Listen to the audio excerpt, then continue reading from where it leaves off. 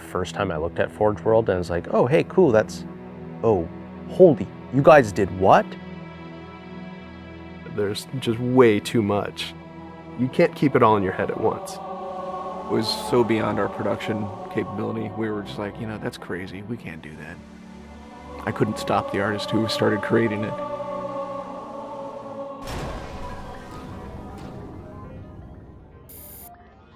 Forge is our editing tool that players can build their own maps. I mean, at its core, it's a map editor.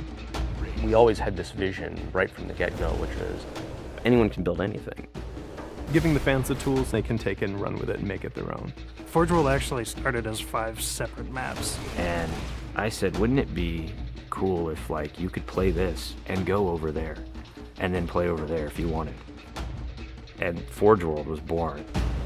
There were a lot of people telling us that, no, you cannot ship this as one big map. We have this awesome new automatically generated LOD system called Impostering that makes objects that are really far away really cheap to draw. We're pushing what we can do with the Forge budget, so that lets us have many more objects up on the screen at once, which lets us put more objects into Forge.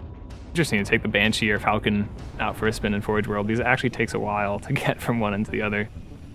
The second you come into the space, you should know that you're on Halo. Our old friend, the Forerunners, come back because the Forerunners create all sorts of cool, interesting pieces of geometry.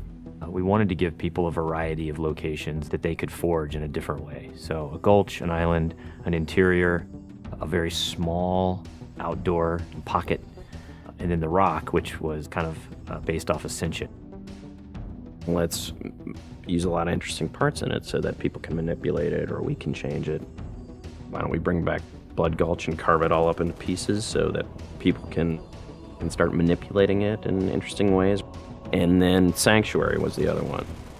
The Cage and Paradiso, that's just Chad and I playing with the map editor and actually building cool maps within Forge World. I mean, we were doing that exactly how the fans would do that. we definitely looked at what we did in Halo 3 and said, what can we learn from this?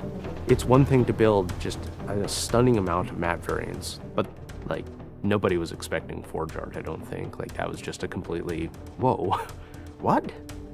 The Rube Goldberg machines, yeah, those are everywhere.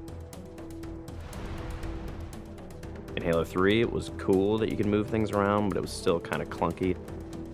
And we're like, we have to make this better. What are some of the tricks that the community is using, and how can we make those not be tricks and just make those be tools?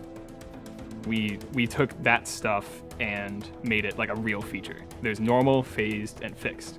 So normal is like Halo 3 style, it bumps into stuff when you let it go and it falls to the ground and moves around and stuff. And fixed is the same thing, except when you let it go, it stays exactly where it was. And then phased is the coolest because it means that while you're editing the object, it's not actually interacting with the environment. You can put it through a wall, you can put it, through other objects. Which changed everything for Forge, like immediately. It's much easier to build a Forge space. There's snaps and rotates and degrees and units that you can move things. You can be very precise.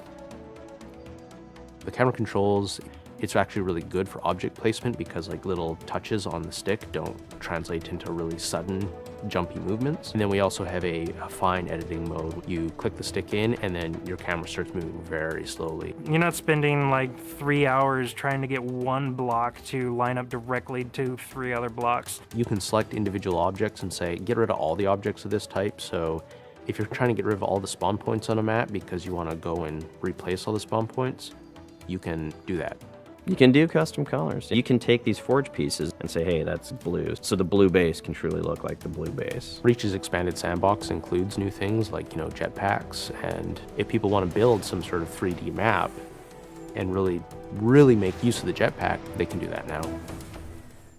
Custom game options and Forge go together like peanut butter and jelly. You're able to do things with game types that people might not even expect. My favorite example is King of the Hill, where the Warthog is the hill. I'm super excited to see what people do with it when it goes out, because there's so much crazy stuff in there that's amazing.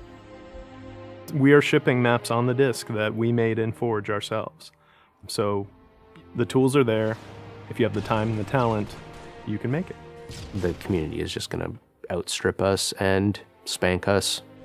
With the new tagging system, you can save a Forge variant, you can post it to your file share, and then you can say, you know, sweet new map. Things that are good are downloaded by a lot of people and passed around to a lot of people, and that makes the really sweet stuff bubble up to the top. I'm looking forward to what the next big community game type is going to be. We realized that Reach was our swan song to Halo, and what better way to do that than to let people do what we've been doing all along, which is creating new cool maps. It's nice to go out with a bang, and this is a pretty big one.